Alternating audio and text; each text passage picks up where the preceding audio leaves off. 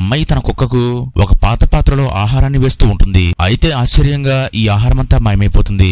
మళ్ళీ ఈమె ఆ పాత్రలో ఆహారాన్ని వేయగా అది కూడా ఆ పాత్రలో నుంచి మాయమైపోతుంది. అప్పుడు ఈమెకు ఆశ్చర్యంగా అనిపించి ఈ పాత్రను కడుగుదామని ట్యాప్ కింద పెడుతుంది. అలా కాసేపటి తరువాత వచ్చి చూసేసరికి ఈ పాత్రలో ఒక్క నీరు చుక్క కూడా ఉండదు. అయితే అసలు ఈ పాత్రలోకి వెళ్లినవన్నీ ఎక్కడికి వెళ్ళిపోతున్నాయా అని ఈ అమ్మాయి ఆలోచిస్తూ ఉంటుంది. వాస్తవానికి ఈ పాత్రలో వేసిన ఆహారం 500 సంవత్సరాలు టైం ట్రావెల్ చేసి కరువులో ఉన్న ఈ రాజ్యంలోకి వెళ్ళిపోతాయి.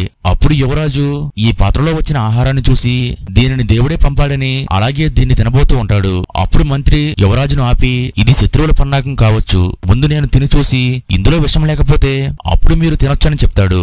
అలాగే మంత్రి ఈ ఆహారాన్ని తిని ఇది విషమేమో అనుకుని భయంతో కింద కూర్చుని పోతాడు. కానీ ఇతడికి ఏమీ అవ్వకపోవడంతో యువరాజు ఇది ఖచ్చితంగా ఆహారమని అనుకుంటాడు.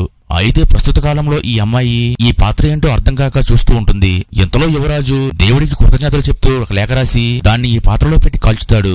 వెంటనే ఆ కాలిన బూడిదంతా ఈ అమ్మాయి ముఖం మీద పడుతుంది. దీంతో ఈమెకు ఈ పాత్రపై కోపం వచ్చి దూరంగా విసిరేస్తుంది. అలాగే తన కుక్క తింటున్న మాంసాన్ని తెచ్చి ఈ పాత్రలోకి విసిరేస్తుంది. అలాగే అక్కడ ఉన్న మిగిలిపోయిన తినుబండారాలన్నీ ఈ పాత్రలోకి విసిరేస్తుంది. అప్పుడు ఇవన్నీ టైం ట్రావెల్ చేసి ఒక్కొక్కటిగా రాజుల కాలంలోకి వెళ్లి పడుతూ ఉంటాయి. అప్పుడు యువరాజు వీటన్నిటిని చూశాక ఇవన్నీ ఖచ్చితంగా దేవుడే పంపాడని, ఇప్పుడు మనమంతా దేవుడి కోసం ఒక పని చేయాలని చెప్తాడు. అదేంటో తెలియాలంటే వీడియో లైక్ చేసి నెక్స్ట్ బటన్ కామెంట్ చేయండి.